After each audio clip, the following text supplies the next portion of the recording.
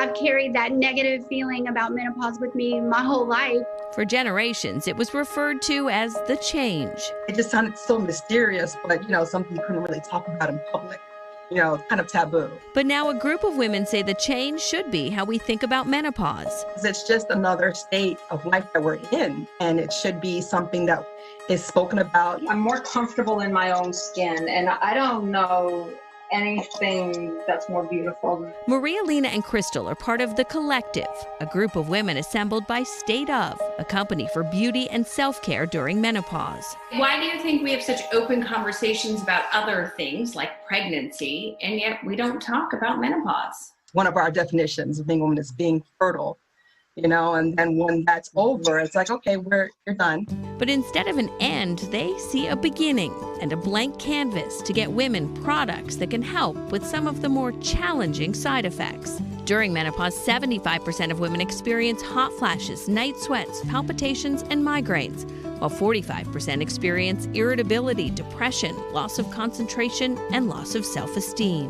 The night sweats. The texture of your skin changes, the texture of your hair changes. They've helped to develop creams and cooling mists and earn a percentage of the company's profits for their product advice. But their biggest contribution may be in helping each other not feel so alone, no matter where the conversation goes. Let's talk about sex.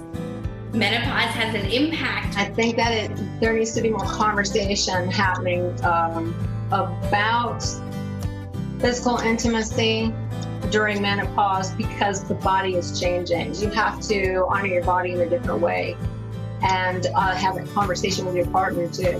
What would you tell someone who is maybe going to be going through menopause in the next few years? I would say it's okay to be vulnerable about it. Just be kind and easy on yourself. I wish, when I was growing up, that it was more of an approachable conversation. And so I would recommend that people try to talk about it even subtly. And they hope by talking about menopause, more women will feel comfortable with their bodies at every stage in life. I hope that this dialogue that we're having is what promotes a new definition, a new way of talking, and a new way of framing menopause. It doesn't define you at all. I mean, it's just something that, we go through, all women go through, and it's crazy that it's still thought of that way. And I mean, it doesn't have to be negative. It's just it's what comes next. We definitely haven't been the ones in control of the narrative, so this opportunity to be able to be a part of our own narrative, our own chapter in life. And listen to this. The company just launched menopause.com. They say the fact that that domain name was available in this day and age shows you just how taboo a subject it has been. But now these everyday women from around the country say those days are over. Yeah, they're so over. I like how she said that menopause is just what comes next. Yeah, it's just like the next chapter. Yeah.